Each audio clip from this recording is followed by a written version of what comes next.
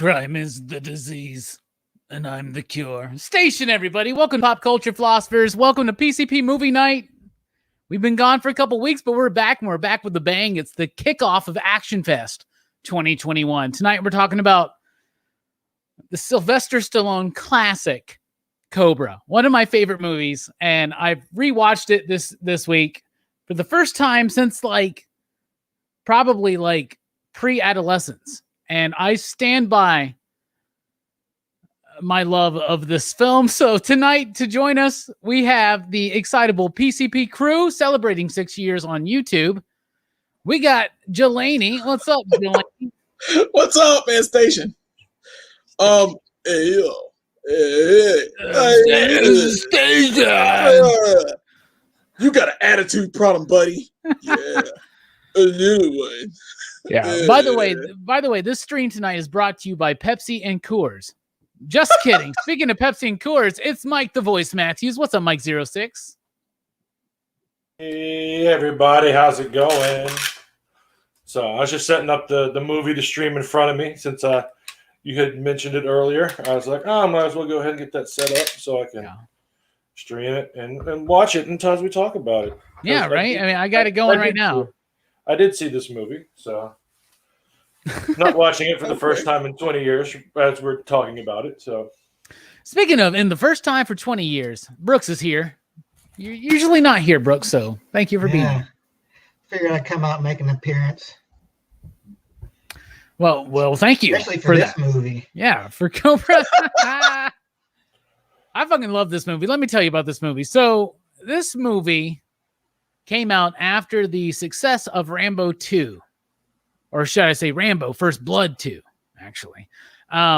George Cosmatos was the director of that film. He was also the director of this film, but though it is widely known that this film was actually ghost directed by Sylvester Stallone. In fact, he would give George the shot list the night before so he could focus on his acting in the morning, which is really funny thinking of Sylvester Stallone in this movie focusing on his acting. This movie to me is not a good film.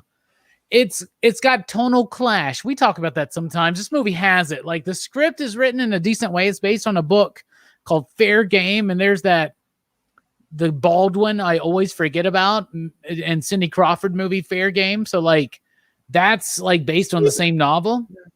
What's that? I thought it was Stephen Baldwin. It's not Stephen. Adam Baldwin? It's Adam. I think it's Adam. It's Billy. one of those. Is it Billy? I don't know. It's One one of of the those. lesser Baldwins. The point is, it's a lesser Baldwin. It's not Alec, right? Or Steven, I guess. But the point being that Sylvester Stallone was dealing with what you call ego trip at this time of his career. it was And Billy Baldwin. It was Billy. Okay. Well played. So this movie is about, it's basically, there are two successful franchises have been launched at this point by Sylvester Stallone, Rocky and Rambo.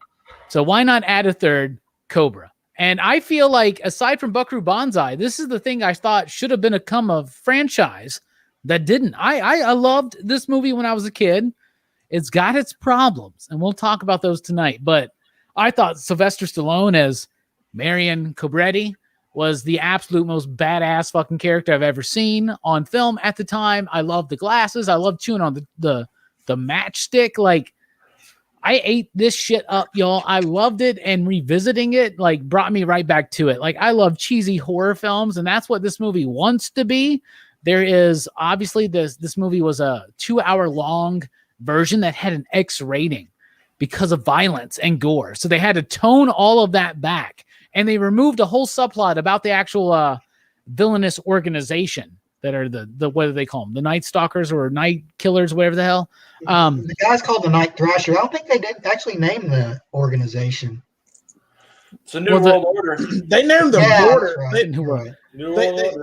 They named them something, though, because the news was talking about a single killer, but it was an entire army of them. Yes. So there's a lot to this movie. If you've never seen this movie, I hope you have, but we're going to be talking about it all night. But Sylvester Stallone is the new breed of cop in 1986. He's tired of these rules where, why do we got to follow these rules when the crooks can't? And it starts with this like big long list of like statistics and shit. And me and Brooks touched on this. Yeah, me and Brooks touched on this on one of our PCP comics revisited, right? Where we were talking about Funeral Pyre and how in the early 90s and very much reminds me of Funeral Pyre. Yeah, the mid 80s to early 90s, they like were the media was really cranking up this narration of gang violence, you know, and like crime and just rampant upon the streets. You better worry about, you know. Anyway, overall, only a renegade can save us. Overall, I love this film. I still love this film. Jelani, what do you think about Cobra? Man, what can I not say about Cobra that hasn't been said about a good movie? This movie is, I remember watching this like years ago, like on HBO randomly. And I was like, for real? Because the only thing that I remembered from this movie, which was surprising, it was the lady cop that's like the bad guy. Betrayer. I don't know. Yeah, she betrays them, but like you find that out like 5 minutes in that she's that, and I'm like, that would have been nicer if they'd held that. Let's hold that in for a little bit. Well, they withhold it from the rest of the actual cast, but not from us. But not from us. And I'm like, you need to hold that from us.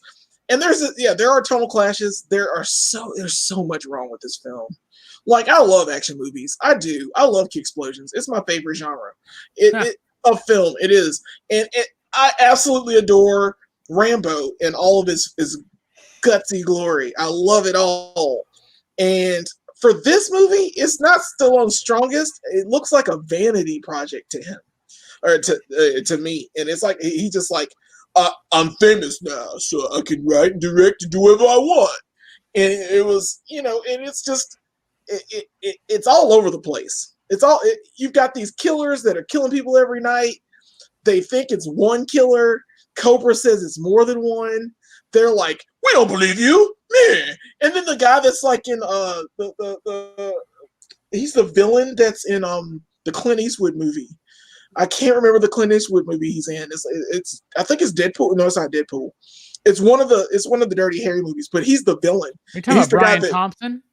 No, not Brian Thompson. Not Brian Thompson. Who is great in this movie? Who is absolutely fantastic in this movie? That's besides the point.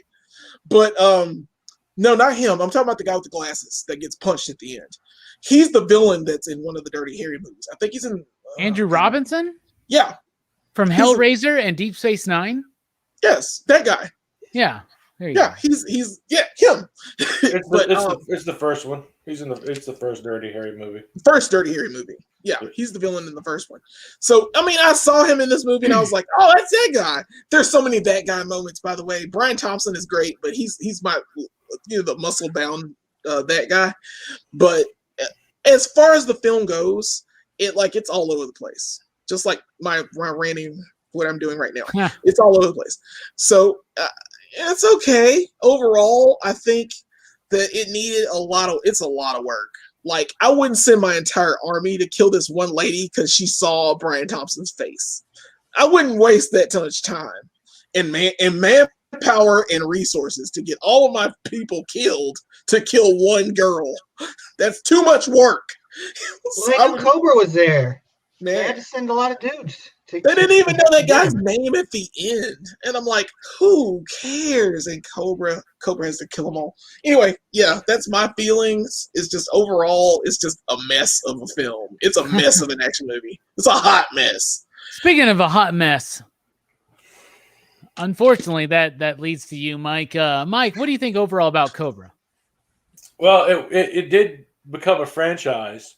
It just wasn't the franchise that we know and love. I did a little research and found out that Stallone was supposed to be in Beverly Hills Cop, and he wanted a serious movie and they wanted a comedy, so he left, and Eddie Murphy got picked up. So he went. Good choice. So this could have been Beverly Hills Cop in an alternate reality. So wow, it's like Tom Selleck as Indiana Jones. Yeah. Yeah. And Bradley Cooper is Indiana Jones in another world for the remakes, the sequels. It's a big dumb fun movie. It's a popcorn movie. I don't It's got a lot of tropes. It's just, I mean, it's a cult classic. It's good. It's bad. So I mean, there's subpar acting.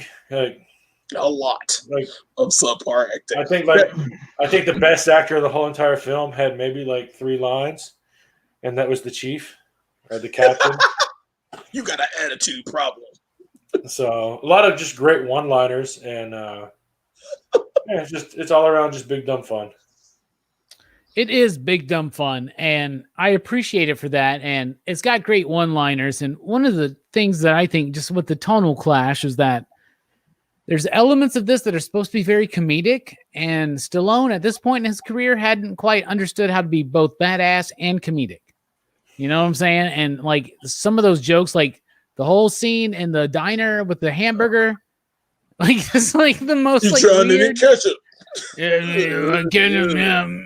It's for a whole family. This hamburger, it just makes me feel bad for this character. It's supposed to be super badass. Speaking of feeling bad for somebody who's supposed to be super badass, Brooks, what do you think about this movie overall? I didn't like it. And he means it. Tell us why. I have seen this movie before. Like when I was a kid, I remember like going to the rental store with my dad and seeing the box on the shelf with badass Stallone holding his pistol with the laser sight, the sunglasses, and the matchstick, and I'm like, oh, Dad, you gotta rent me this movie. And so he did, and I watched it, and I remember thinking back then, like, man, that was a dumb movie. But like, on this watch, I was like, okay, I'm just gonna, try to go in with a clean slate, not be too judgmental beforehand. And I didn't like it. It's so bad. Like maybe it's like I'm holding it to too high a standard, and I'm gonna throw a lot of shade on this movie, That's fine. But I mean, it does have its bits and pieces that are good, But it is, to me, it's just so bland, and it's just like Stallone's character is so unlikable to me. And it has a kind of shitty message about how, like, cops are all like these super good guys, and then we should trust them and like let them do whatever they want, kind of. They need more leeway. It's a very propaganda movie. Yeah, it is. Which I mean, I 1986 was the movies. 1986, bro. Like 1986 movies were all propaganda, just about. Yeah. But this one, like, it just kind of takes it that. Like they're not today. Like they're not today, Brooks. Whatever. But like, I mean, it is. You got a lot of valid points. I get it. But it's 1986, and like we're in this like Nancy Reagan anti-crime. There's actually a portrait of Reagan in his office. It is. Like we got a police goddamn gangster rap at this point in history. You know what I'm saying? Like, or we're a few years removed from that. So like, like it's a different era. And I get it. There's some criticism that could be made by today's standard. Did the movie age well? Well, no. Like, in fact, no movie actually, it feels like that's in any way pro-cop ages well today. But for its time, I think it was making a statement that, at least with what I'm not trying to be too teen dog shadesy or nothing, but with at least what the media was trying to give to middle America, this fear of gang violence and crime. And yeah, I mean, they might as well have been Satan worshipers. You could have thrown that in. Maybe that was part of the 30 minutes that was cut out. Like the motivation for the bad guys is so vague in this movie. It is because all their shit was cut out. It's just like, we wanted to kill the weak so only the strong survive. All their stuff is cut out. This movie was 2 hours long, and they cut it down to below an hour and a half because it was competing against Top Gun, right? And so they cut it down to an hour and a half because it means more showings per day than Top Gun. Get it? It's tricksy, but I mean, it works. And it was the #1 movie the weekend it opened, even though it was the weekend after Top Gun. So, I mean, it worked. But anyway, we'll talk about characters next. But before we get to all of that, obviously, let's talk about the main guy, Sylvester Stallone. I really like Stallone. I really like this character of Cobra. I think it's badass. I don't think it quite worked out. I think that he is one of his performance is one of the worst parts of the movie and one of my favorites because it's so bad. I love it so much.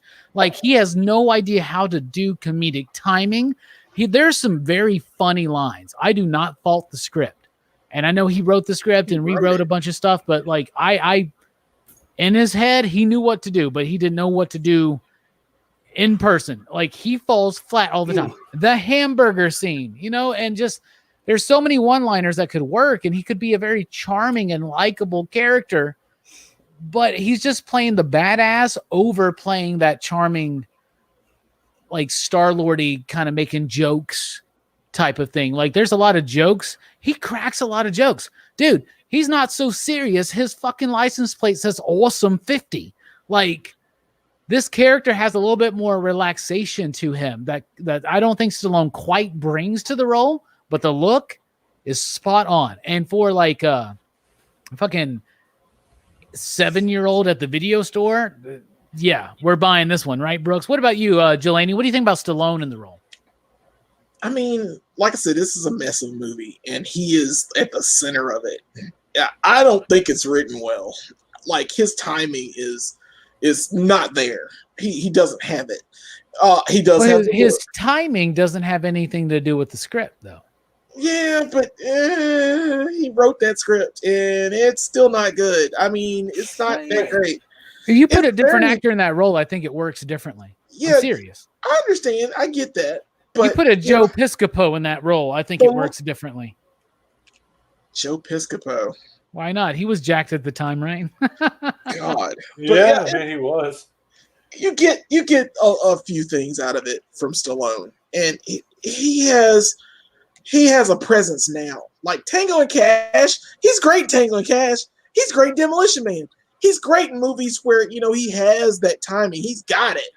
Like not all the way in Demolition Man, but Tango and Cash, he's nailing it because he plays straight man, but he has that timing down, and like Kurt Russell helps him. Remember it was in Rambo 2 or it was Rambo 3. We mentioned that he didn't have that comedic timing down yet. So even in Rambo 3, he hasn't nailed it. Yeah, but he hasn't nailed it. But when you get to Oscar, when you get to Demolition Man, even when you get to Judge Dredd, which is a train wreck in and of itself, but it's still funny. You know what I'm saying? So but yeah. He hasn't learned how to be funny and not take himself so seriously at this point, I think. And he's got his moments for it. And he's trying to impress. He's trying to impress a girl, Brigitte. He's trying to. He's trying to impress his future wife, man. His future ex-wife. His future ex-wife. Yeah, she's awesome. Brigitte Nielsen can still get it. Yeah, this is the best movie I think she's in. It is. It is. She doesn't do anything else for real except be in the Surreal Life and date Flavor Flav. But it's Red Sonja. Red Sonja. I was about to say like Red Sonja, but she has that mullet. It's so weird. Whatever. I like Brigitte Nielsen, man. I like everything she's in. Beverly Hills Cops 2, she's good. She's got great movie, and she's got a great presence about her. She can get it, man. She was a dime at this. She'll get it. She was a dime at this point in particular, I think. Yeah, but I liked how he interacted with her. At least, I mean, he's dumb because he's trying to get in her pants, man, and he's trying so hard. Yeah, and they said that like this movie kept going over time and over budget because Sylvester was just trying to like flirt with her, and he would like blame everybody else for the delay and for the over budgetness of it. But he's got his moments, and he's got the look, and I love that gun. That gun is freaking amazing. Like, and he had enough ammo for all of it. I'm like, oh, it's all under his coat the whole time. I'm like, all that ammo. You got Game Genie cheat. Yeah, that's got a Game Genie plugged into the back of his jacket. Cobra does have the Game Genie, and here's another thing. Like, I wanted to start the video in a different way, but I didn't have any pizza with me because the way that he just takes a slice of pizza and cuts it with some random ass scissors. What is that about? And then begins to lecture Gonzalez about how he eats food. I guess that's actually a portion of pizza that he cuts off. I guess he cuts off pizza. And I'm like, why are you eating like this stale cold pizza in your refrigerator and you cut it? Because you're saving I like money. stale cold pizza. I love it for breakfast. I get it, but like the way he just takes scissors and cuts like the end of it off, it is like literally the most random fucking moment I've ever seen in a movie. Why would Like, you do that? Over 100 years of cinema history, that's the most fucking random bit ever put in a movie. Is it not? Like, He is. It is. Maybe It his makes no paper sense. keeps in there for a long time, but part of it was crusty, but the rest of it was Why? good. So he's just cutting off the crusty part. why scissors? And cut why it does in he half. why does he put his gun cleaning tools in an egg container in the freezer? He's a quirky And all of man. this, if you notice, all of this comes from the freezer. Pay attention. It all comes from the freezer, not the refrigerator part. Like, what's going on? It's ice cold freezer pizza, and he cuts off the fucking very tip of it, and that's his breakfast because he's got this like crazy ass Commodore fucking 64 contraption going on. So he God, can he's like a mess. figure He's out such a mess. pie. Like, Like, oh my, what's his- going on? like that relationship with him and Brigitte Nielsen should have never lasted. It would have never. I mean, yay, he saved her life. He would have been with a different chick if they had done a sequel. Yeah, Yeah, of it'd have been a course. very different movie. Yeah, Yeah. they're probably well. Actually, it would have been still been Brigitte because I think they were married. If they They would, were married. they by would have then. done a sequel. They would have been married. Yeah, Anyway, they Sure. probably would have killed her, like Yeah. a Born Identity or a Born Yeah. Supremacy, I should say. Anyway, Mike, speaking of supremacy, what do you think about Stallone in the role as Marion Cobretti? Cobra. I mean, you're right. If you put a better actor in there, you'll probably have a different movie altogether. Like a Joe Piscopo. I wouldn't necessarily say Joe Piscopo. I don't know why I'm fixated on him right now. It's just because he got jacked in that era. In the mid 80s, he got jacked so he could do like some. What was the movie he Eddie was Murphy's in? best friend. He Johnny was in Depp. Johnny. He was in Johnny the year in '85. He was in '85. Johnny- Johnny Dangerously. But and then- he got jacked for a movie. What was that? Raw And then there's Deal? Wise Is it Raw Guys. It's Wise He was Guys. in Wise Guys with Danny DeVito. There's some movie where he got jacked. I don't remember what it was. I Y'all don't keep talking. I'll figure it out. I don't know. I just don't see Joe Piscopo as he's too It's much just of a bit. comedian. It's just a bit, bro. So, Continue on. You don't commit to the bits. committing to You it. let it go. I mean, what is there to say that you guys already haven't said? So, like, it's an okay movie. Like, he did an okay job. It's like, I don't think he started getting better as an actor until later, and probably like the '90s. So it took him a while. It was Dead Heat, by the way, is the movie that Dead Heat. Piscopo got like jacked for. Okay. I was Like, I don't know why I thought it jacked, was Raw Deal for bro. some reason. Like jacked, man. Like He's gonna poor be the Joe next action Piscopo. star. Okay, now he wasn't The Rock or nothing. Okay, don't get me wrong. I'm just saying, Joe Piscopo tried to get badass for a second in the '80s. He should have played Cobra. He could have nailed the comedic timing. Is all I'm saying. That's all. Mike, you were saying. Hey, just looking at the him and Treat Williams, the other star, Yeah. would have been a better version for Cobra.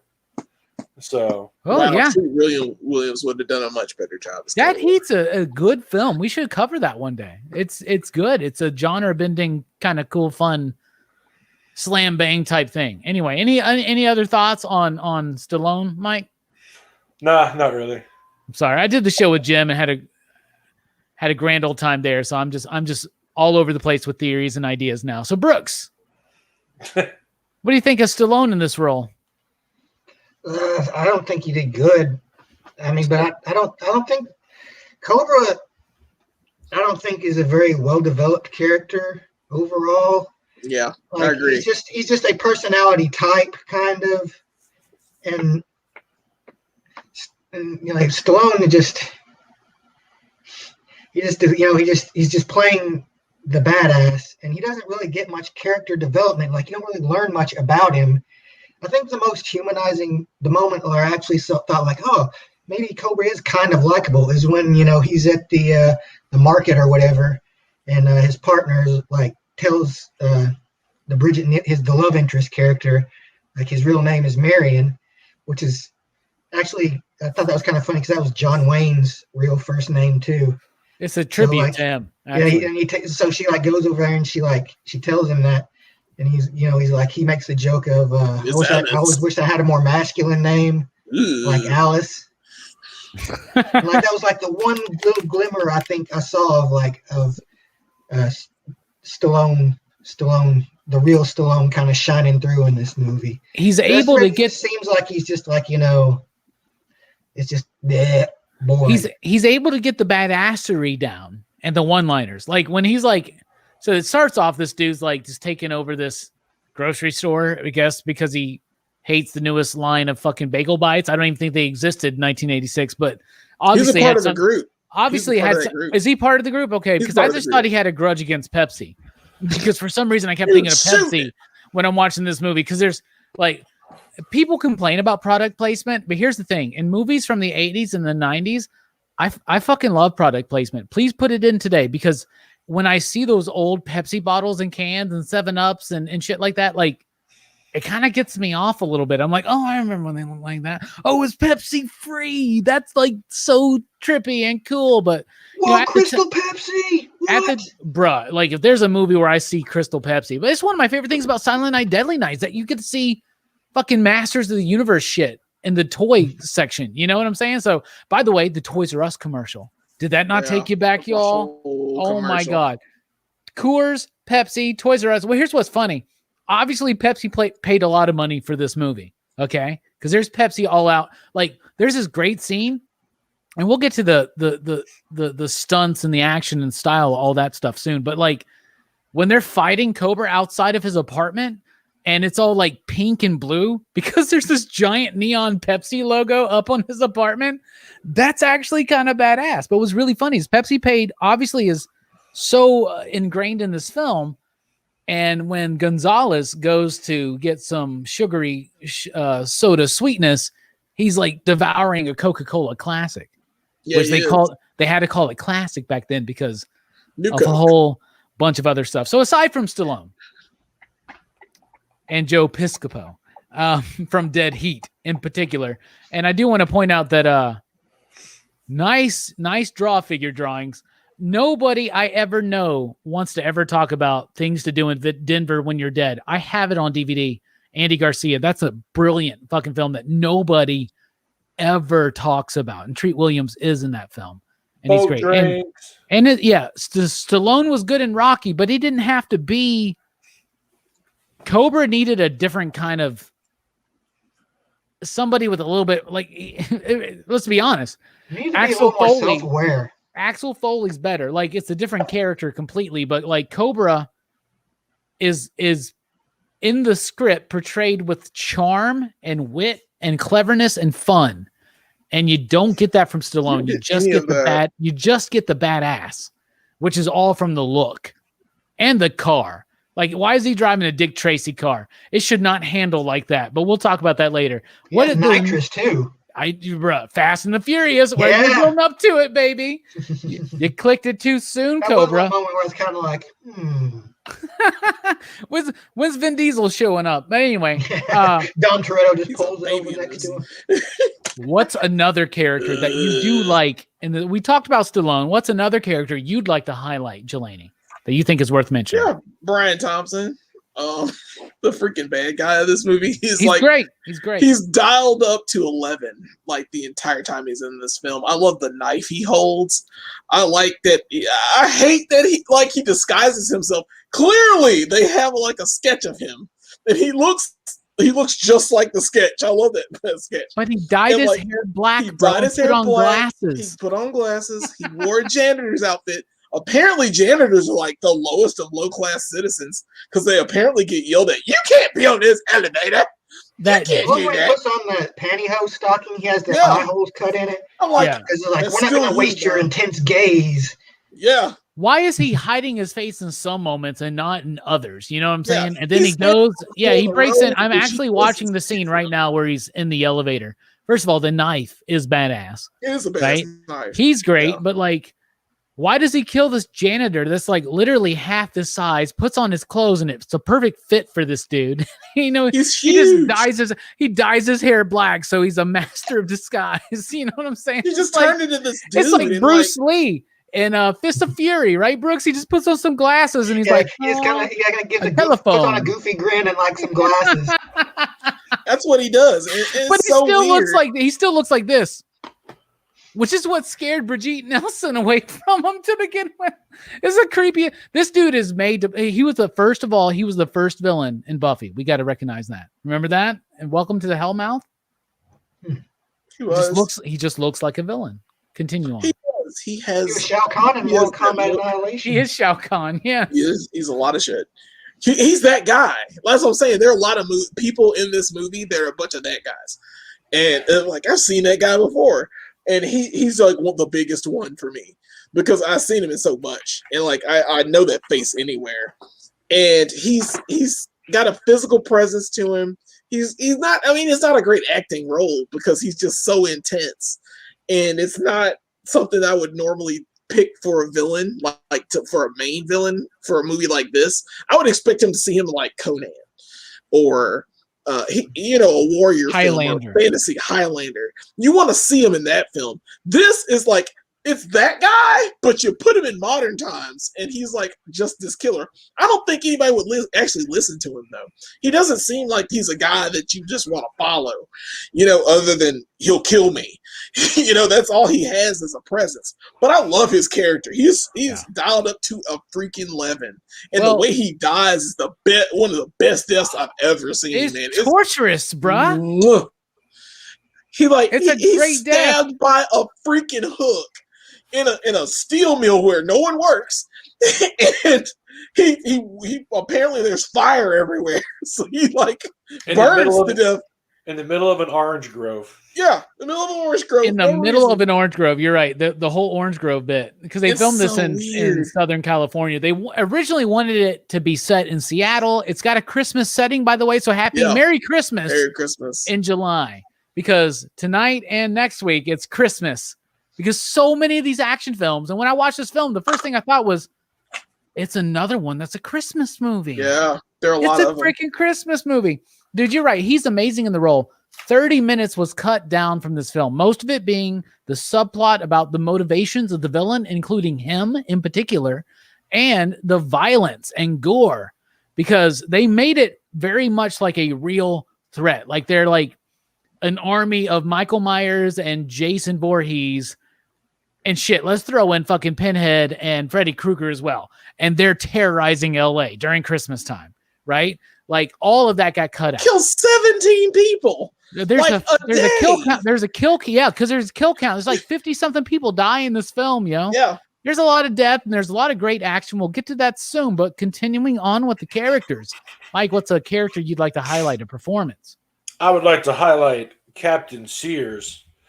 Nice. Played by the legendary actor Art LaFleur. Who should have played Ben Grimm if they did a Fantastic Four movie in the 80s, right? Yeah, I could definitely see that. So he was in Field of Dreams, The Blob. His biggest role that we all know him from is the Great Bambino from The Sandlot.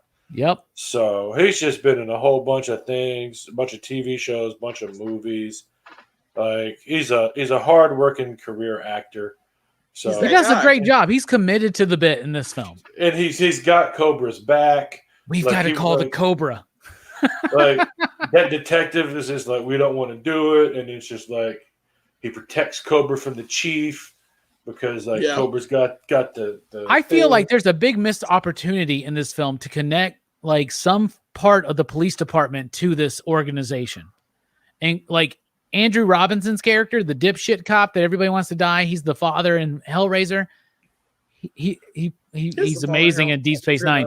He should have been like connected to that in some kind of way. I think, not just like the stick up his ass guy who's like Cobra is by the book. Yeah, he's the by the book guy, but he should have been. There should have been a reason for that, and I feel like maybe that was a part that got cut out because you see that there are businessmen and pillars of society in this group. So you got these like, these raggy looking guys, but you also got these like guys in suits, clanging their fucking axes together in this weird ass ritual. Yeah. And the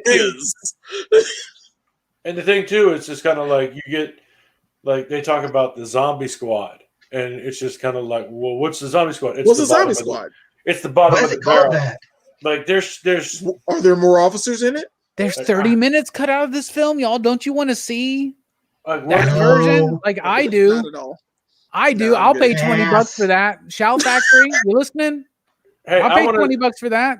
I want to see the 4-hour version of Once Upon a Time in Hollywood. So I want to see the 2-hour version of this. Yes, me too. I could deal with 2 hours of Cobra if it like made it work. If they made it cohesive. It's not going to If make it was a story. no. It's not but going to make Sylvester's slice. It's He not going to make should've his died, performance like, any better. He should have died like 8 times. I'm in looking this at the movie. police captain right now, dude. He should have been shot like 8 times in this movie. I just want to reference Reservoir Dogs real quick.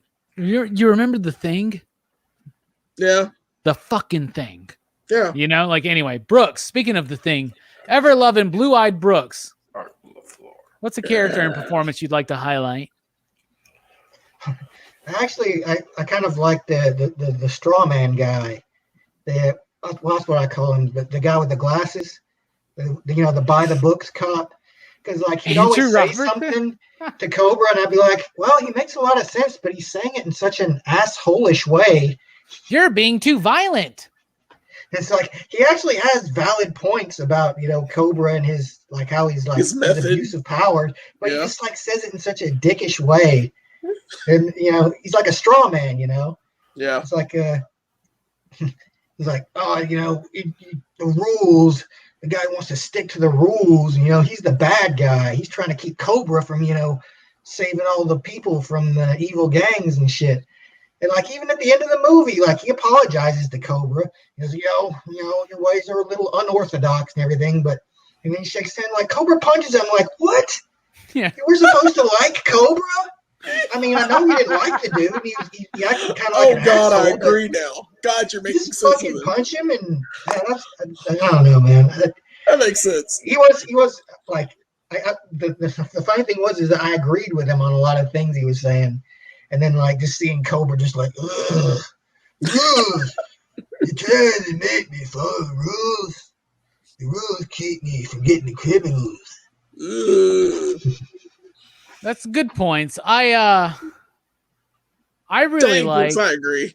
I really like Rennie Santoni, who plays Gonzalez, the partner in the film, who's eating the junk food and all that stuff. I like his performance. He also plays a Gonzalez in Dirty Harry, and we can also fondly remember him from Seinfeld, if you really kind of throw it back there. But I think it's nice that Cobra's got this partner. He's supposed to like work with them, and I like his character, but it just never quite gels completely. But it is interesting. He doesn't get enough development either, I don't think.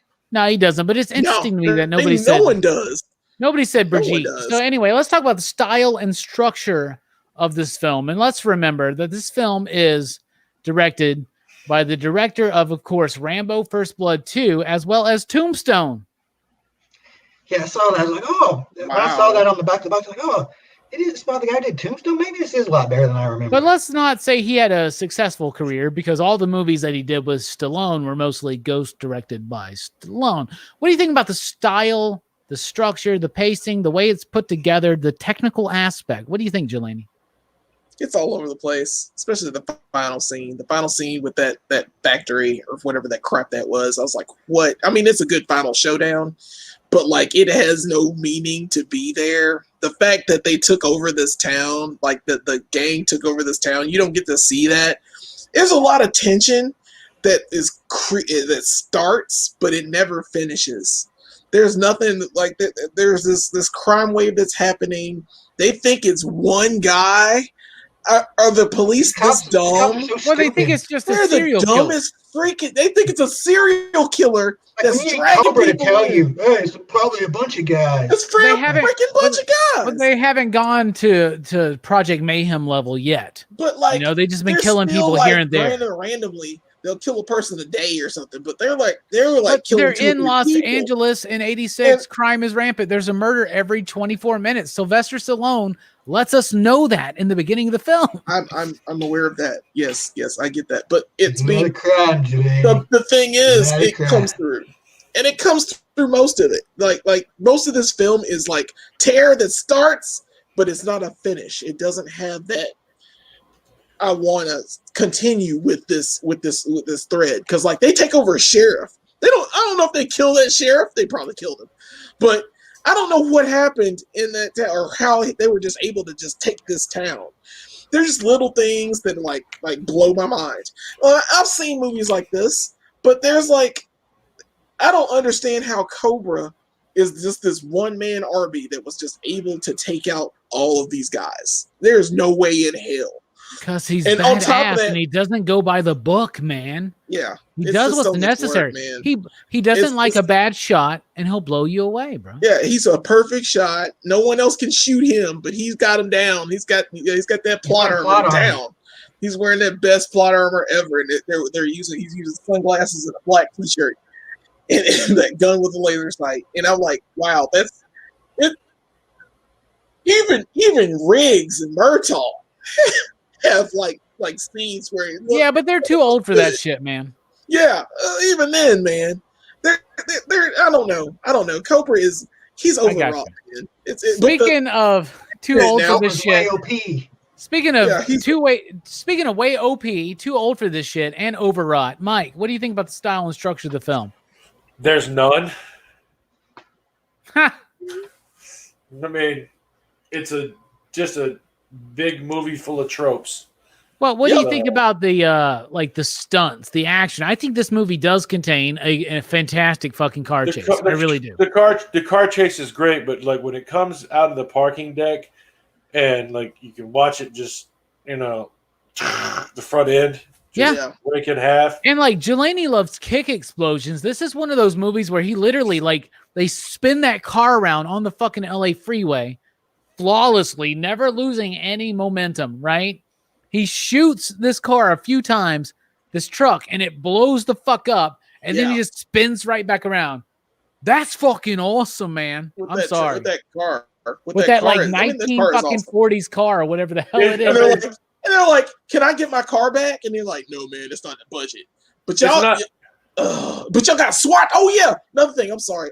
But like that stunt, the stunt, like I've done that stunt with the car before on the Parkway where I didn't blow up a truck. But I spun. Really? Yeah. Some guy on purpose. You like spun around, shot, and blew up a truck and spun back around and got away from everybody. Minus the shooting. This guy, for some odd reason, brake checked me, and I spun and was reversed, and there's 18-wheeler coming at me. I threw it in reverse, was driving, caught up to the dude, flicked him off, cut the wheel real hard, and then got off. It's right there at the airport. I almost went off the airport, the overpass on the airport. Nice. Thank you, Cerebros. We love you. So, but yeah, speaking of explosions, when the killer uses the shotgun to blow up two gasoline trucks. Yeah. Like, how about how this like random forgery has like 50-gallon drums of gasoline laying around that Cobra can conveniently throw on someone and use the matchstick. It makes sense in that one moment when he's able to in all honesty, when that scene when she was running into the factory, I was just like in the orange groves, it was just like, oh, it's an orange grove. Like this is where they process the oranges, and then she runs inside, and it's just big like steel mill, and it's just like steel mill. They're right next door to each other. Obviously, it makes the oranges have the flavor of Southern California. What about you, Brooks? Speaking of industrial flavor in them. Yeah, speaking of industrial SoCal, Brooks has never been there, nor does he ever want to go there. Brooks, what do you think about the style, structure, stunts of the film, man? This movie, I like the car chases in this movie. Yeah, I'll give it that. A lot of the other action scenes are very forgettable for me. This movie is it's pretty basic in that way. But this movie doesn't stop to tell you anything. Nothing. It's like okay, 30 minutes was cut out of this movie, though. That you got to remember I'm sure that. All that would have cleared it up, filled in all the. I think it fixes it, man. I mean, you like Return of the King, don't you? Imagine if Return of the King was a 2-hour movie. Like the character motivations in this movie are pretty weak. Like the villains are just they're just bad guys. And, there's the cops are just we're the good guys. Yeah, we're the good guys. Except we don't like to play by the rules. There's this actual Except whole people make us play by the rules. So Brian Thompson, this is something you can read about, but like Brian Thompson had asked Sylvester Stallone one time, what is the motivation of my character? And Sylvester Stallone says, you're evil. I believe That's good motivation. Be really scary looking all the time. You're just evil because you fucking are. There's no reason. You're just a bad guy. You know? That's not how you flesh out a character. But you're right, Brooks. So like this action, the car chase is pretty dope, man. Yeah, the car chase is like one of the best parts, I think. Yeah, it really is. Like the part where it's like, yeah, I'm getting into it. Story-wise, it makes no sense because he has his number one witness in the car with him. Yeah. And all he has to do is get away. That's a dumb chase. Yeah, that's a dumb chase. She should have been like, why the hell am I with you now? Real quick, though. Yeah, go ahead. But like, I was going to say real quick, best LA freeway car chase I can ever think of is Matrix Reloaded. So there you go. That's good. Morpheus cuts that car in half with a samurai sword. Bruh, I know, right? Yeah. They fight on that truck, that trailer. That's just pretty badass. Let's talk about the music. The music I love in this film is one of my favorite things about this movie. I love 80s movies that have really cool synthy scores, and it does. The music is by Sylvester LeVay, who also did, let's take a look. I'm looking at this for the first. He did Navy SEALs. Of course. He did Navy SEALs. Yeah. What else? Anything else? I reckon Hot Shots. Wow, that's really cool. They got the same composer a year later, a year after Navy SEALs. They got this guy for Hot Shots. He did Cobra. He did Airwolf. There you go. I love the synthy nature of this score. Like if you actually listen, they don't utilize it enough in the movie because this is a soundtrack driven score. Okay. But like the music, especially the opening, like when Stallone's giving us that really propagandistic opening when he's like crime ever happens, blah, blah, blah, this really bad gas. But you've got this boom, boom, boom, boom. It's like almost John Carpenter-esque. Yeah. Right. And I love it. So, but then you got this whole freaking score, of which my favorite bit is Angel of the City by Robert Tepper, because that's the moment where the movie out of nowhere becomes a music video, and it's like homeless people, robots. It's like a montage. Yes, they're interrogating people. But then you got these weird ass robots and homeless people, and I'm like, what are they doing? And every time they do the bum bum, like they do the robots, like it's so like, what's going on? I love it. I think it's so bad. It's so freaking good. What do you think about the music, Jillian?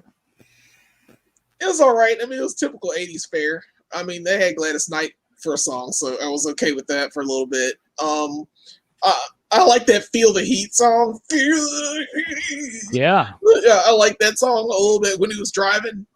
He was driving when you first see the car. That song's playing, and I'm like, okay, I like that. That's all right. But there's some voices in the soundtrack I don't think work with the tone of the film, including the ending. You know? Yeah, it's fairly standard though. I mean, it's all, like I said, it's a mess of a film. What about the score? Like when you actually get the score, you get that synthy score like the very beginning. I like the beginning music. That's fine. I just don't. I mean, it's not memorable to me. I tried to listen for your music, but there's this is over the top with it. You know, Angel of the City. Yeah, it's got a lot in there, and it's a lot of work, man. All right. Damn, I just don't think you guys. I mean, maybe I picked a bad movie to kick off ActionFest 2021. What do you think, Mike, about the music? What music? I just remember the song at the end. Jesus.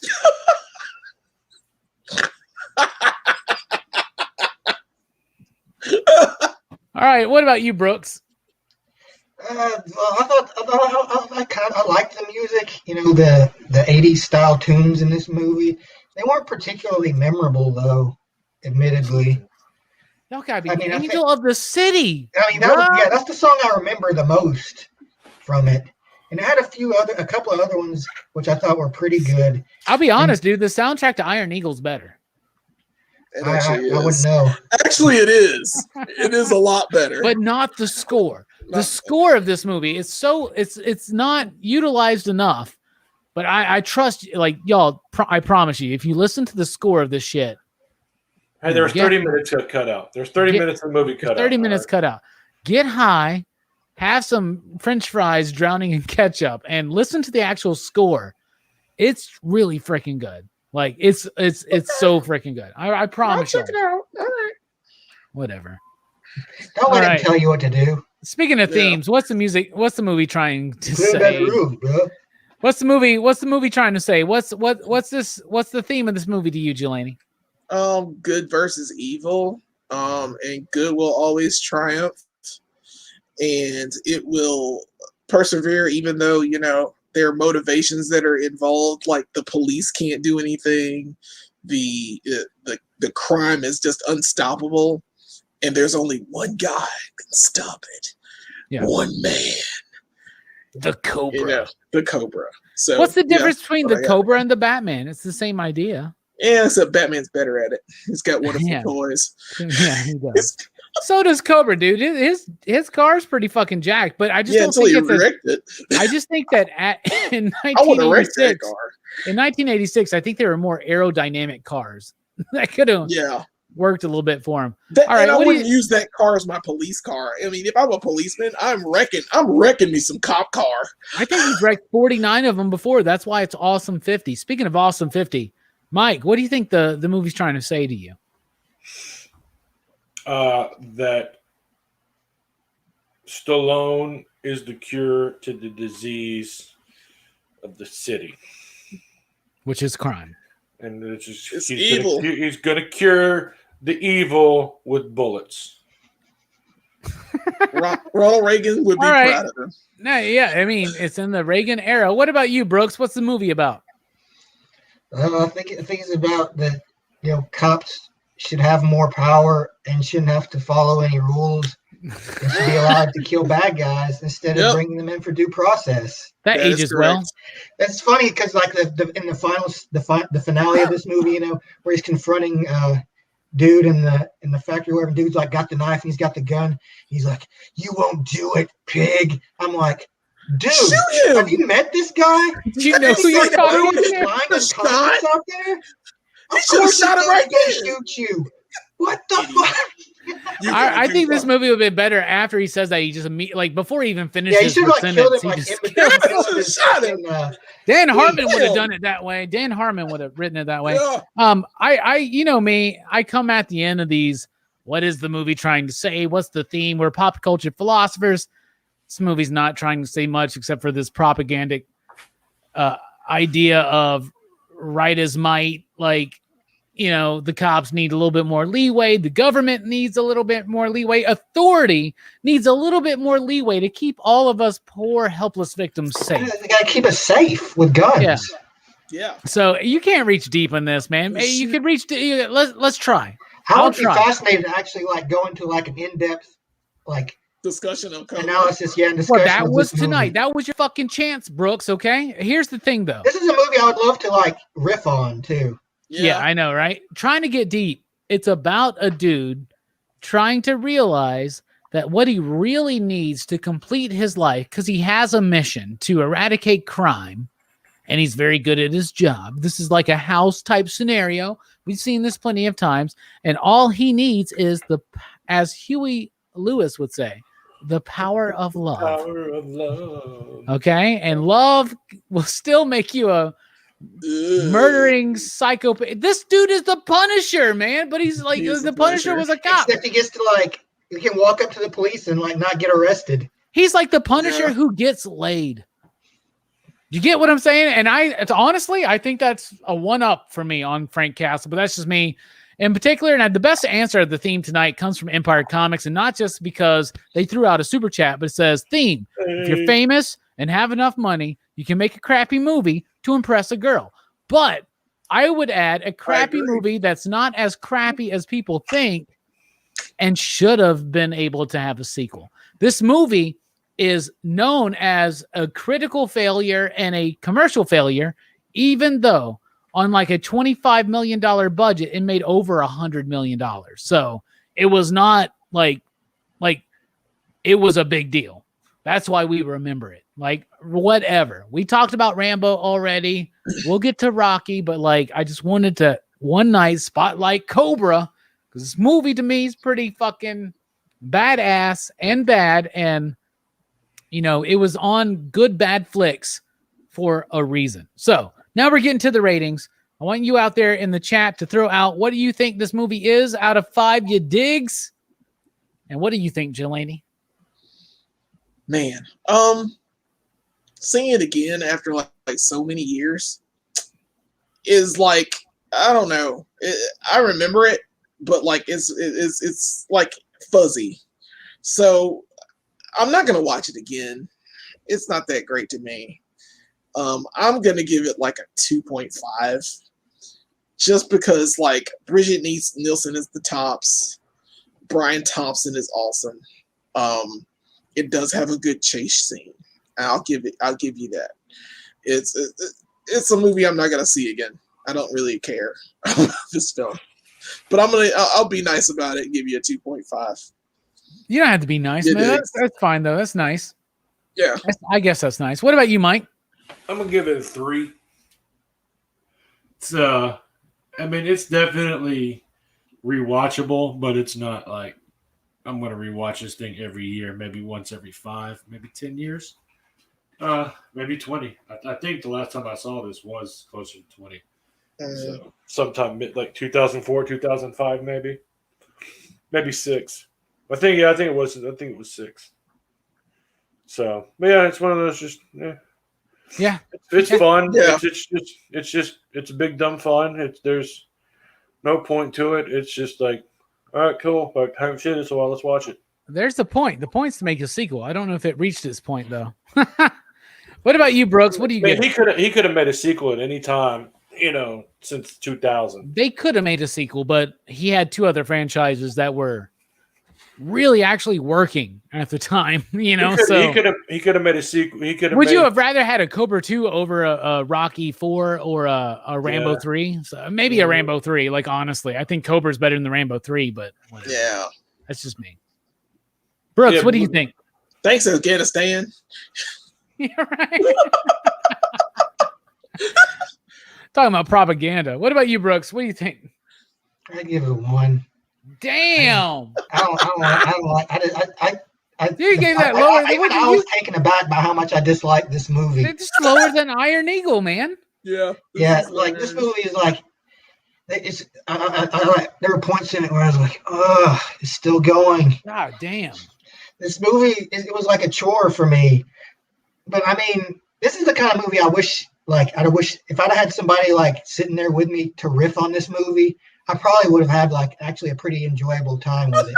Yeah. But just sitting by myself watching it, it was such a joyless experience. I should have watched it with you, man. We get together. If we all got together and watched this movie and drank and had some pizza with jalapenos on it and made John like hyperventilate, we would have had a riff on it.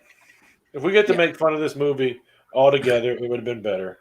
Yeah, it would have been a lot better. Oh yeah, I would have so much fun riffing on this movie. Well, I don't mean to like be different than y'all, but I'm going to go 3.5. I understand that this is not an amazing film. I think this is a 4.0 if we could get those extra 30 minutes. But at the same time, I just love this film. I loved it when I was a kid, and I still loved it today. Like rewatching it, it took me back. It's ridiculous. It's so dumb. Sylvester Stallone is terrible in the role, and it's not a good movie, but I freaking love it. Like I love bad movies of the 80s. There's a big nostalgia bite for me when it comes to this movie, and it's one of those movies that is so dumb, and maybe I have a little bit more imagination than Brooks does, but I can watch this movie alone and act like there's like 8 other Robbies around me, and I just riff on it. Like I fucking love it. Imagination potential? Yes, I am actually, because I can imagine this movie being better, and that's why I love it. And so, but I know it's not good, so I'll give it a 3.5. So 3.5 from me, 2.5 from Jelani, a 3 from Mike, and a 1 from Brooks for a PCP average of 2.69, dudes. So there you go. Let's look at the chat, because they had some opinions too, and they're more in line with y'all, I believe. And Figure Drawing does want to, that's a good quote, I think. Punisher who gets laid. I really hope if they do a director's cut of this film, they quote me, Rockin' Robbie from Pop Culture Philosophers. This is a Punisher. It's the Punisher who gets laid. That would be pretty freaking fun. I think Over the Top is actually on average on par with this film. So Empire Comics says 2, and then later on goes 2.5. So this is what this movie does. Because then you start thinking about like the motorcycle scenes and the car chases and everything. Too many dumb explodes. bad guys. Too many dumb bad guys. I mean, they're dumb bad guys, but then there are these guys that are waiting to get shot. They were just waiting. Emery says 1 point. Emery says 4.5. Whoa. Wow, Damn, Higher than any of us. really? Caps on Comics, who will be joining us next week for Die Hard, says 1 you dig. I agree. Okay. Cerebros, Verno says 1.5 you digs. Love you, Robbie, but I hated it. All right. Abel says 2.5. John gives it 2 Jelanis out of 5. Yeah, but how many Cool Ranch Miracle Whip bologna sandwiches do you give it? That's what I want to know. And he says that may be too many Jelanis. Well, there's just one of me, so that works out. And I think that's it. Yeah. Like we can watch it here on the projector. You bring the pizza, and I have the scissors to cut the pizza. Hell yeah!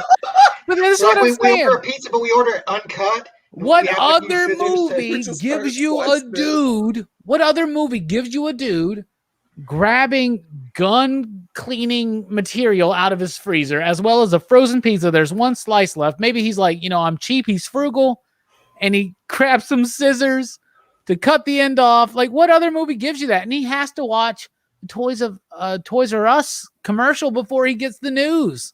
3.5 I think is decent, but like obviously I like it more than y'all. Anyway, that's our review of Cobra, and we got more Action Fest coming up for you because Action Fest next week we continue with Die Hard, and we're gonna have a good look on that one because Christmas movie. I would definitely any good. Another Christmas action movie that I definitely think we will all rate higher than this one. But before that, tomorrow night on Dylan's Horror Show, link in the description below to sub up to Dylan.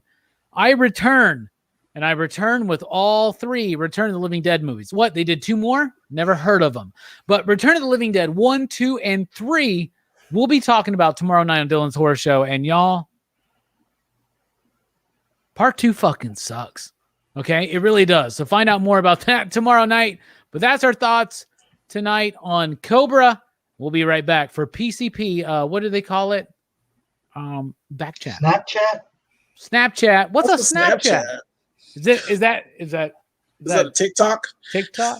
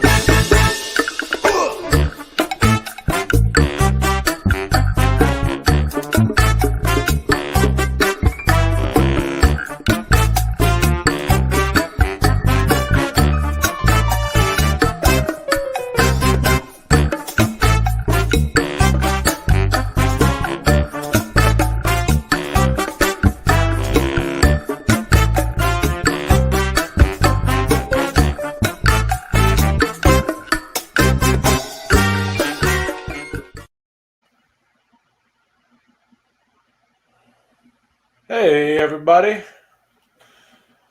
Welcome back. I'm glad you guys loved Cobra as much as we did. Or less than Robbie. That's funny. Well, there's dead air, and I'm just filling it with ramble. Hey, let's welcome Manny into the Excitable PCP crew.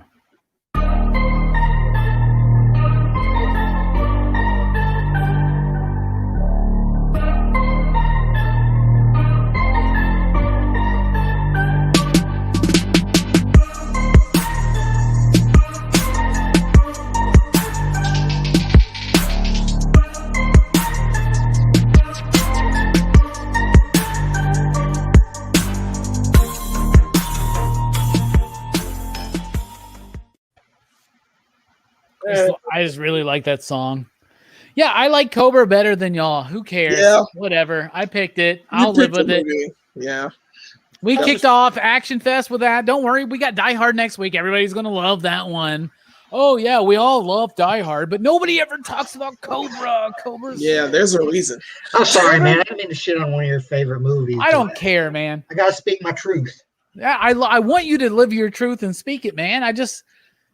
Dude, like right now I'm watching. I have this on Blu-ray, and I gave it to Brooks to watch because I felt bad. I was like, I'm not going to let Brooks pay $3 to watch this movie. Oh, now it's I'm not happy very about good. having to spend money. I on know, this movie. man, and you're going to have to spend some money coming up. So don't worry about it. I'm not going to feel so bad next time. But I'm watching the end scene right now, which is like you cannot tell me that James Cameron didn't watch this movie and go, I want to do this right in Terminator 2.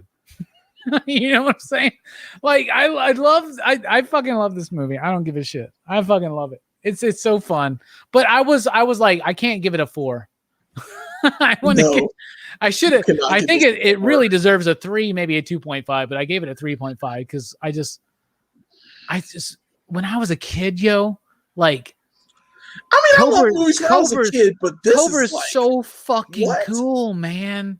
Cobra's so cool. He drinks a Coors in the middle of a hostage situation. Kevin Spacey did do that when he was going up against Samuel Jackson. In theory, Cobra should be like awesome, but like it's not.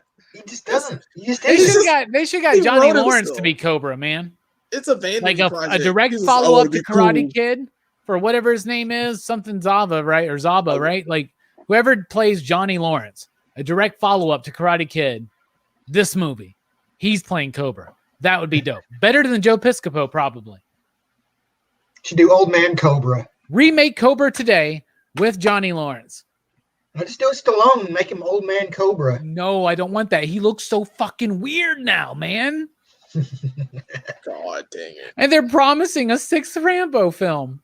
What? Really? I thought I thought that was called Last Blood. Last Blood.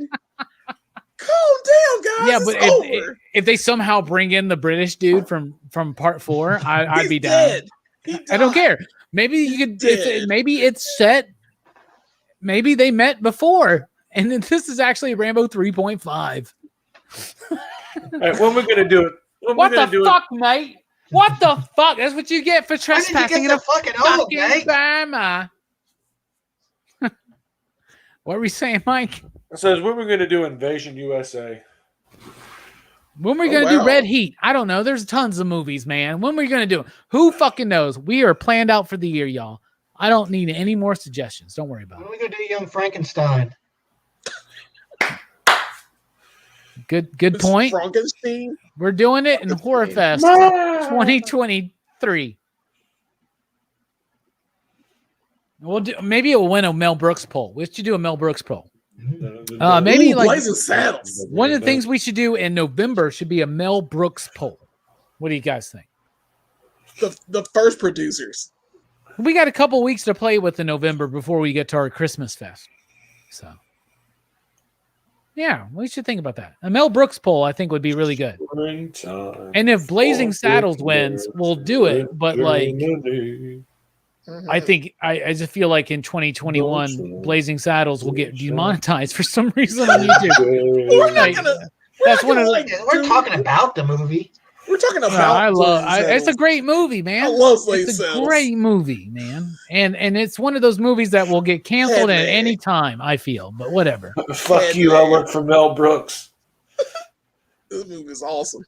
I think Mel Brooks is a comedic genius, and when anybody goes, I can't believe that they did this or got away with this, it just makes me want to go, it's good to be the king. And so at any given time, when you're the king, you can do whatever you want. We can look back on it and be like, well, that didn't age well. There's moments of Cobra that don't age well, but when right now I'm watching when he hooks Brian Thompson up on that fucking hook, that was great, and burns him for like 5 minutes alive in a awesome. slow burning death. Bro, like he deserved all that though. And Cobra's just like happy about all of it. Like, yeah, justice has been served. Yeah, no shit. To kill him. There's no emotional like problem there. Like, oh, and maybe I did like something. A Superman Man of Steel moment. Maybe I went too far. No. I am the court for a trial. It's straight up the ending of Terminator 2, though. You just don't get the thumbs up.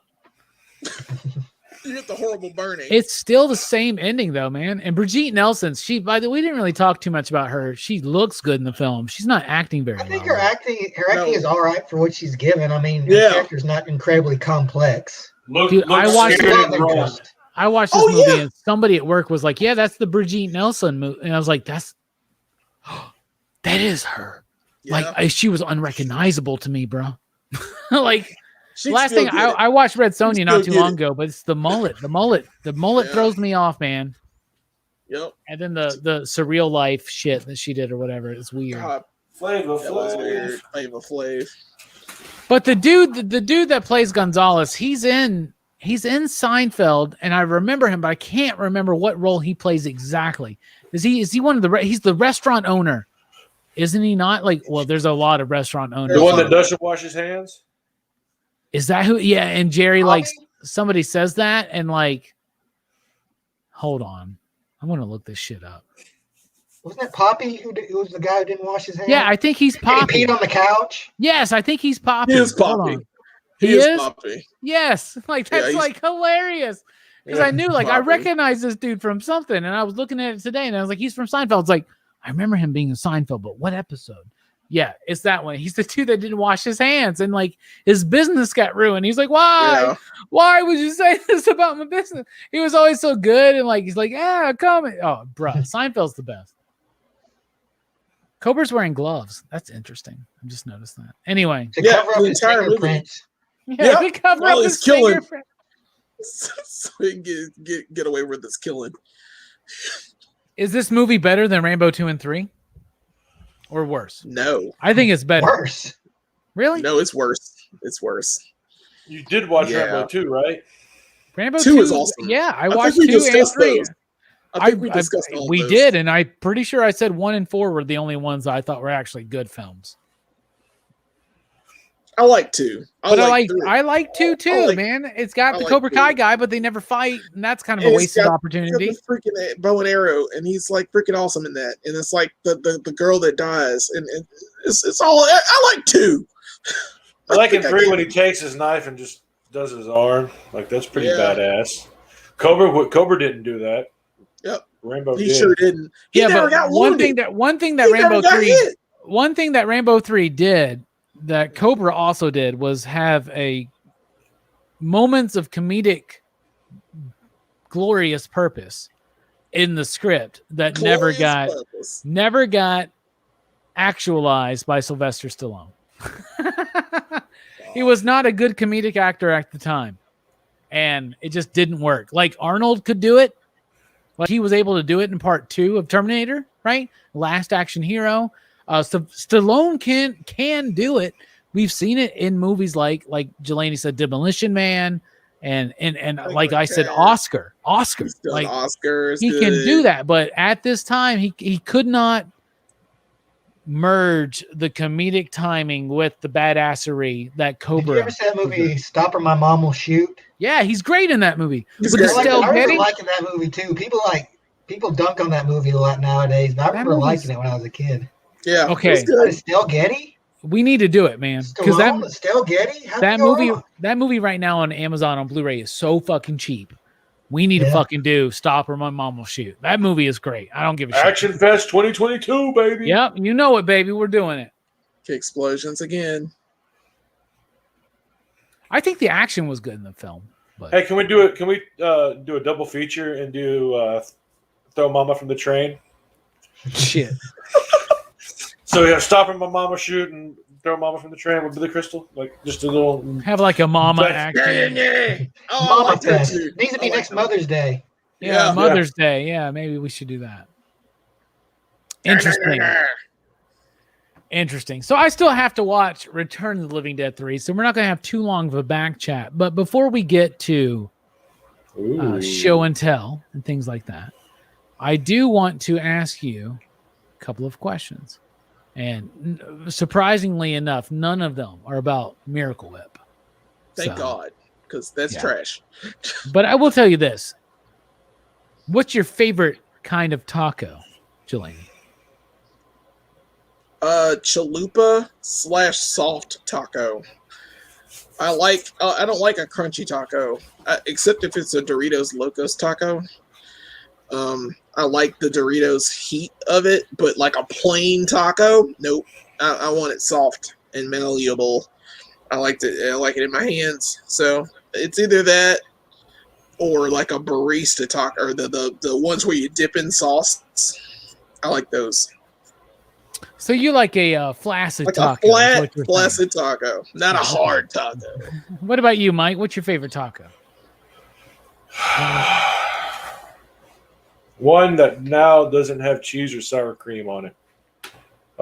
So those things kill me. Dairy free. I haven't had so pretty much any. I cannot. It's a. It's a I cannot remember what it's called, but it's chorizo, hot dog, and bacon, Ooh, and discata. I think it's called a discata. So that's what, and you can make the vegetarian version or the vegan version of this too. Did you say hot dog? Yeah. Did you So make you this could- when you were like fucking 5? Like what is this? Do you add Cool Ranch Doritos? and Miracle Whip. No, No, I ain't digging. I ain't ducking on you, man. That sounds good. I want that. You want a hot dog in a taco? Hell yeah, why not? man, And chocolate chorizo and bacon. Yeah, chorizo, bacon, all of that sounds chopped up good. hot dog, all cut up, and then you do. So that's your layer, and then you do cheese, no cheese, guacamole, lettuce, That onion, sounds awesome. tomato, cilantro. Like it's good. Brooks' You got a favorite good taco. palate. There's a restaurant that I eat at pretty frequently called Guadalajara around here. They have a pretty good like little 3 taco combo plate I like to order. Like I use soft tacos. This is just beef, lettuce, and like a white kind of cheese. But yeah, they're pretty good. Okay, Taco so Bell's got some pretty good soft tacos too. Actually, not as good as well, an actual I restaurant. I'm gonna say I like a crunchy taco. So I like a hard shell I do taco. it every once in a while. I like it to mix it up with some crunchies. I I like mean, a if hard- you got like a box of tacos, I'll eat a hard taco, but not really. But we'll all eat any kind of taco. Yeah, it's Okay, tacos. let's just be honest. They're Like, freaking tacos. I mean, come on. Like somebody said, who was it? Yeah, Bobby said, "Is there a bad taco?" I've never met a taco I No. didn't like. So I get it, right? My favorite though, it's crunchy. It's got some kind of ground meat. I prefer ground beef. Like the better, the higher quality, the better. But I'll do turkey, I'll do chicken, and all that kind of stuff. And I like different types of tacos and whatnot. And I love soft tacos and street tacos and double Street tacos deckers. are awesome. Double deckers are amazing too. But a nice crunchy taco. I love crunch. I love freshness. So I want a lot of veggies on there. Throw as much as possible. And I like it to be cheesy, but not super cheesy where it's all just about like the cheese. But I want the cheese to be perfectly met with the vegetables and the seasoned ground meat. And it's got to be spicy. I mean, that's what it looks like. That's Does Taco Bell still do that Doritos Locos taco? They do the Yeah, nacho cheese do. one. They don't have any other ones anymore, though. Thank goodness. Well, They got I rid just of the want the spicy cheese. nacho and the Cool Ranch one. The spicy nacho one was good though. Yeah. There you go, Jelani. That's Yeah. Yeah. Yeah. I'm about that life. Yep. I eat that. So I like the crunchy taco. So, but whatever. All right, another quick, rapid question I have for you is this: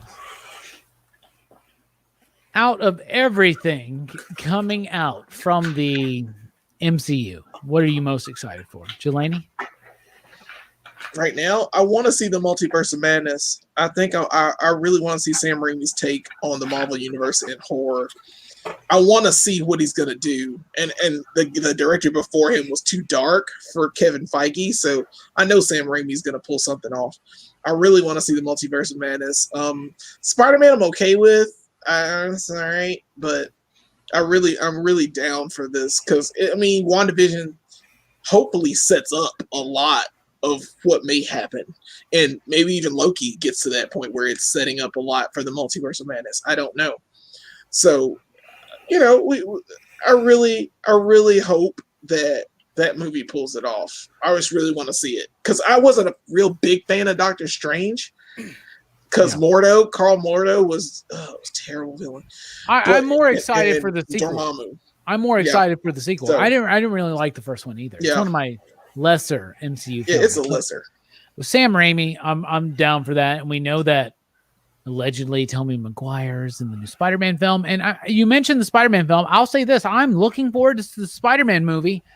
But what scares me is that here we are in July. This movie comes out in December, and no trailer. Yeah, like, and whenever we don't have a trailer this late into the game, and I know in this post-pandemic world that we live in, things are different. Okay, I get it, and people are ready for things to just drop on their like iPad as soon as possible, right? Yeah. Like, why on Wednesday mornings are people asking me if I've watched Loki yet? Like, no, of course I haven't watched fucking Loki. It's Wednesday fucking morning. I've been at work. Like, you think I wake up and watch Loki? Like, I do. Come on, I did that Thursday. But anyway, the idea being that I am really concerned that we haven't seen anything yet. Well, if it really is a big slam bang fantastic fest where we have Andrew Garfield and Tobey Maguire and Willem Dafoe back and Alfred Molina back as Green Goblin, like if all of them together, they are truly back, and if it's that big of a deal, we should have gotten some shit by now. And like Laney said, saving it for the Black Widow movie. That'll be the main trailer on that movie. No, guarantee it. Guarantee that's what they're gonna do. No, I get that, but like, bruh, like. Or you'll get a teaser. You'll get a teaser on. They're waiting for it. I'm just gonna say this. I'm more excited for that than Eternals, and they waited a long time to show the Eternals trailer, and it looked boring as fuck. It looked like the most boring bits of Game of Thrones. They found all of it, and they're like, if you found all of the most boring bits of Game of Thrones and put them together in a movie trailer, it's Eternals.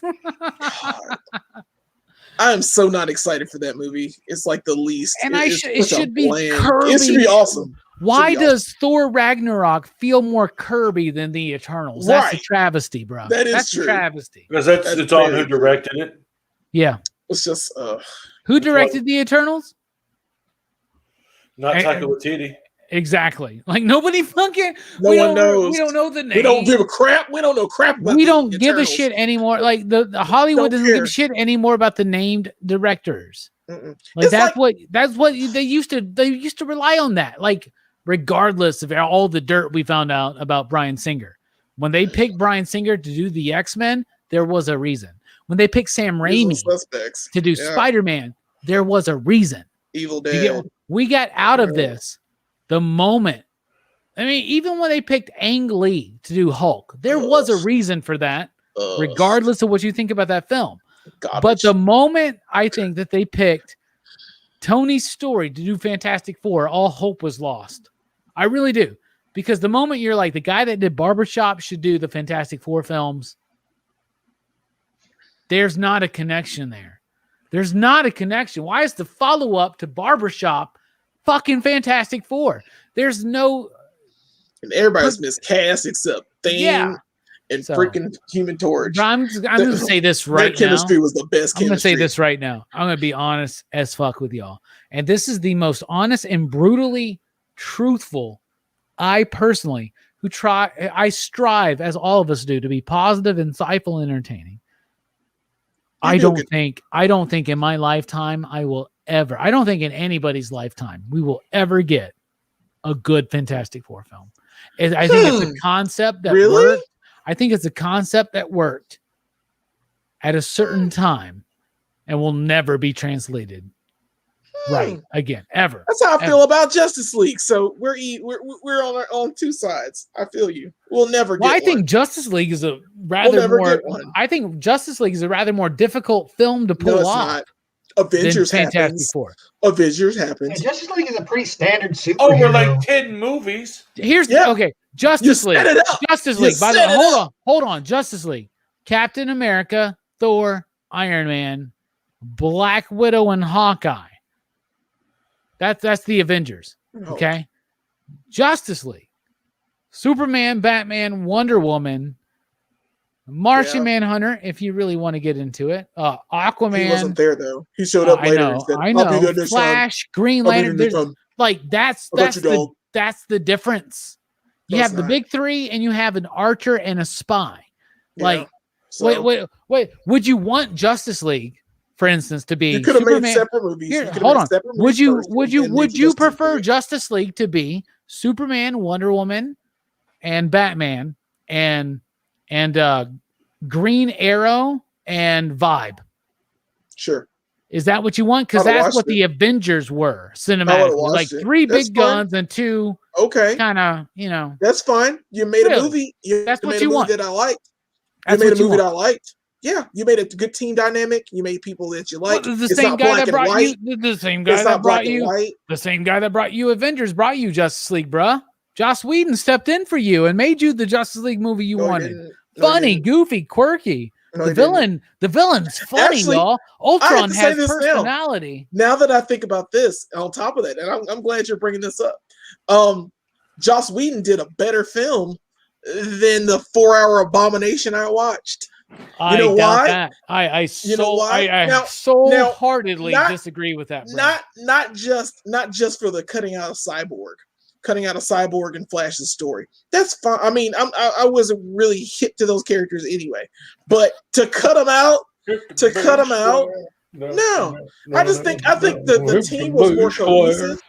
Yeah, I think the team was more cohesive than whatever Zack Snyder made in 4 hours. It made no sense to me. It was just a collection of scenes slapped together. I'm not trying to go back. I'm just trying to say the Avengers are different though, because you got a Hawkeye and you got a Black Widow and three and they had a chemistry. It's different. There's red on the list. Different. No, do you want green? Do you want? You want Black Canary and Green Arrow to be whatever. Yeah, that's fine. I love how all of this started from what are you looking forward to in the MCU? What about you, Mike? So I'm trying to do research. I'm trying to look up on the Eternals director, and like apparently she's a really good writer and a really good director, but she has done nothing that I've seen. Oh God! So and they always want unknowns now. They want unknown young directors to deal with because they're multi-million dollars. Yeah, you can studio influence. That's why Edgar Wright was like, "Screw this, I'm out." And they're like, "Yep, we need cheap people now." Like her biggest film was what's her face? I forgot her name. Let me find it. Frances McDormand. Dank says she won the Oscar Best Director. Was that the one with the 3 billboards? Was that no? It's called Nomadland. I haven't seen this one. I haven't seen it, but it's one of those like I don't think anybody. I'm not against the director. It's just it's bland and boring. And you didn't pick someone. You gotta pick someone who loves it. It doesn't look like there's. It's more drama stuff than it is action oriented. So that's why. That's just one of those. Thor: Love and Thunder looks like it'll be fun because it's Taika Waititi. He's coming back. Yeah, that was mostly improv in Ragnarok. So I like And then you get I like how he did it well. He did really you get well with it. James Gunn coming back with Guardians 2, Guardians 3. 3. I mean, yeah. So, but yeah, I'll agree with you, Dank, on Eternals looks pretentious. Yeah. Like, that's what it's like. I don't think it needs to be that. Mm-mm. So It looks pretentious, and I hate to use this word, but it also looks woke. Ugh. But anyway, speaking of woke, Brooks, MCU film you're looking forward to coming up. Love and Thunder is probably what I'm most looking forward to right now. I am kind of excited to see Black Widow though too. Yeah. Like it's We been need to kind hurry of to see that. it's been pushed back so much. It's like I'm actually really ready to see it now. I've heard it's really good too. Like from what reviews and stuff, but you never know till you see Right. it with your own eyes, I hear it hope with your so. own ears. I hope so, man. I hope so. All right, y'all. It's time for the big part of the show and tell. And first up will be me, Rockin' Robbie. Show us what you've got. Well, I got my Cyclonus in its alt mode. I wish this was a pen. That'd be really cool, right? That'd be super, super cool. Shout Factory recently had a sale. Got this super cheap, but it was George A. Romero's Knight Riders. That's one of my favorite Romero films. Mike the Voice Matthews got me my Spawn 3. Nice. And I'm very, very excited for that. So not only did Shout Factory have a sale, but Amazon Prime Day, you remember that shit that happened a few weeks ago? I couldn't pass up this deal. I got this unbelievably cheap. One of my favorite animes of all time. That's Samurai Champloo. Right Nice. Oh, nice. Very nice. Love that That one. is a great freaking anime. Mike hooked me up with this one, How to Win at Nintendo Games, number 2. So I wonder if is Friday the 13th in here? Because we need that I wish. to defeat. well, What's I mean, in there's 3 books. So Friday's not in here. Double Dragon's in here. That's cool. 1943's in here. Superman, TMNT's in here. Brooks, me and you need to Nice. read this. We need to read this one. Bullseye Bob sent me this in the mail. I got it today. Major shout out to Bullseye Bob from Everything Comics Station. Shogun Assassin. He bought this for me and it got shipped to me. He wants me to watch this. He wants Brooks to watch this. He wants Jelani to watch this. And he wants us to get together and review it on a live stream. Okay. So we'll pass it around. It's a Lone Wolf and Cub shit. See that? I like it. I'm hip. That's the movie that they talked about in Kill Bill Volume 2. Yes. Yes, it is. Yes. In fact, That's what that's he told the movie that they're playing. Like, I want to be a samurai assassin. Yeah, Yeah, that's the where little all kid, yeah. like a big Tarantino Yeah. reference there, I guess.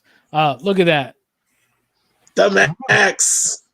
Number I one, like baby. that cartoon, man. I like that. Number 1, baby. Sam Keith. Sam Keith. Yep. But who's a more memorable and exciting and controversial figure than Sam Keith? How about Rob Liefeld? Look at that, baby. The Fighting American.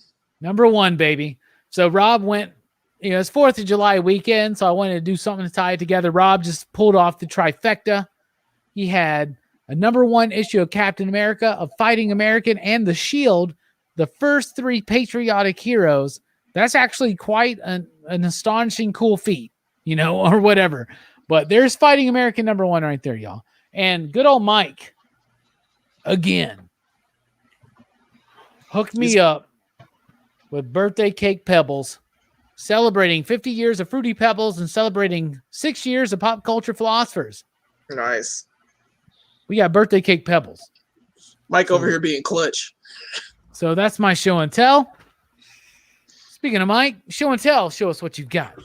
So I pretty much sold all my shit to buy a new lens and a new camera body.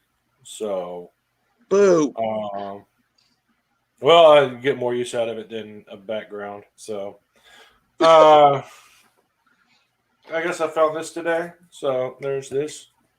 They're Wendy's spicy chicken Pringles. Yeah, there you go. Ooh, They bro, make everything. I want to try those. Yeah, I tried Well, that. I got you a can, Robbie. So Nice. I'll leave it at the shop in the morning because I have the keys, so I got to drop those off tomorrow before I take off. We're So st- yeah, that was a weird stretch. But yeah, so that's it. That's all I have to show. nice. Soon I'll have some camera equipment to show off, but until then, like it's pretty boring. Speaking of boring, show and tell. Jelani, show us what you've got. Hey guys, let's see. I also have a Cyclonus that I have in my alt mode, but I've shown it off like 30 times. Yeah, it looks pretty cool. I like it. It's pretty good. But to go with it, I also have this bad boy, Galvatron. I found him randomly. It's the weirdest thing, but I like this one. He has the little necklace with the matrix, but apparently I dropped it. Oh, there it is. And it goes around his little neck. But I really like this figure. It turns. I got another Galvatron, the Titan's Return figure, and I have him as the gun, but he's sitting over there. I don't feel like reaching for him. But he also has apparently this gun that turns into the ship that's in the movie that you can put with Unicron, which I will never own because Unicron is way too much. And then I got the Robin King, which I didn't know was Bruce Wayne. It's an evil Bruce Wayne, but I like this figure. I like the detail. Yeah, you should try reading a comic every once in a while. Nah, it's too much work. Not for this though. I mean, it's okay. This is everything's a Batman. Everything is a Joker. I'm good, but it looks good, so I got him. And then I also got this Wonder Woman from the death metal thing. I like that with her chainsaw of truth.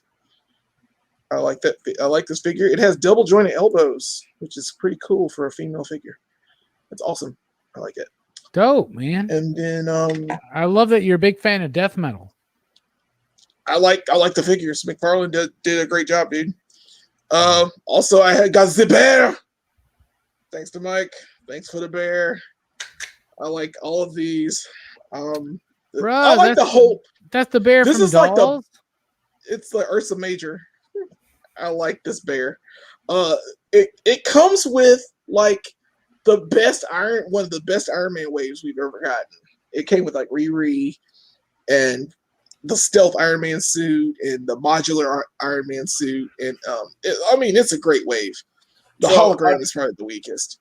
But the modular Iron Man is pinless.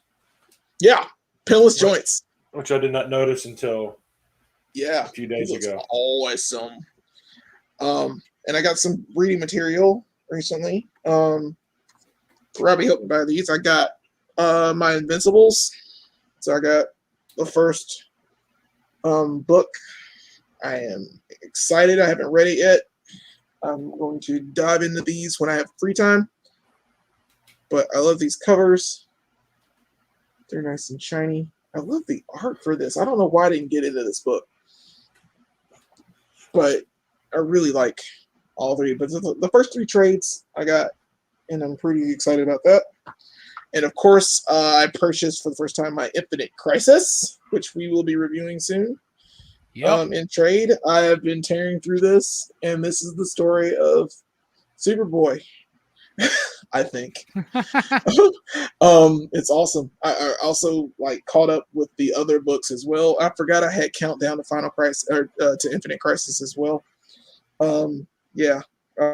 Tick Cord, man, you my homie. It's a great book, and we're covering that on the last Monday of July. I think it's the 26th for Comics Revisited. So, hell yeah! All right, finally. Speaking of Superboy, where's my mouse? There it is. Oh no! Brooks, show and tell. Show us what you got, Marion Cobretti. I picked these up the other day at Walmart. They had some Fast and Furious 2 packs. It was 3 and 4, Nice. and 5 and 6. They had 1 and 2, but they did not have a 6 and 7 and 8 yet. Damn. Strangely enough. I also found this, and I saw that we're going to be doing this. Bruh. Yeah, I gotta watch those, man. I gotta watch those. So I picked up, but it's only got 3 through Hell World. But the other ones are on Tubi right now. Yeah, so, that's 3 through 8. So yeah. So hopefully they'll stay on there. But I watched 3. Spoiler alert: it sucks. you don't like the Alright. totem, the odd totem, or the Three's so CD, dumb, like, the CD Cinnabyte, or the video camera Cinnabyte, bruh? I didn't like it. Oh, Neither do I. Maybe I'll like it again on the rewatch. Be like, oh, it was actually pretty good. Just drink some wine when you watch it. Yeah, and I'll just get plastered and watch it. Oh, dude, this is the best Hellraiser yet. Probably not, though. I got these the other day. I got the little coonskin cap Snoopy and Outback Charlie Brown. I think it's supposed to be Charlie Brown playing cowboys and Indians, because they're done in like the old style of like early Peanut strips, like, Snoopy's walking on all fours and everything. I like those. Those are pretty neat. And since it's the 4th, I had to find a patriotic figure, a real American, some might say. I needed to find a real American that would fight for the rights of every man. And I found him, brother. This is what I call Mr. Captain America. Hulk Hogan. Look, he's That's got the Mr. flag America. bandana. He got the fucking star shirt. Yeah, brother. The failed 4th of attempt to July's coming up, reboot. brother. We're gonna grill. We're gonna do some grilling, brother.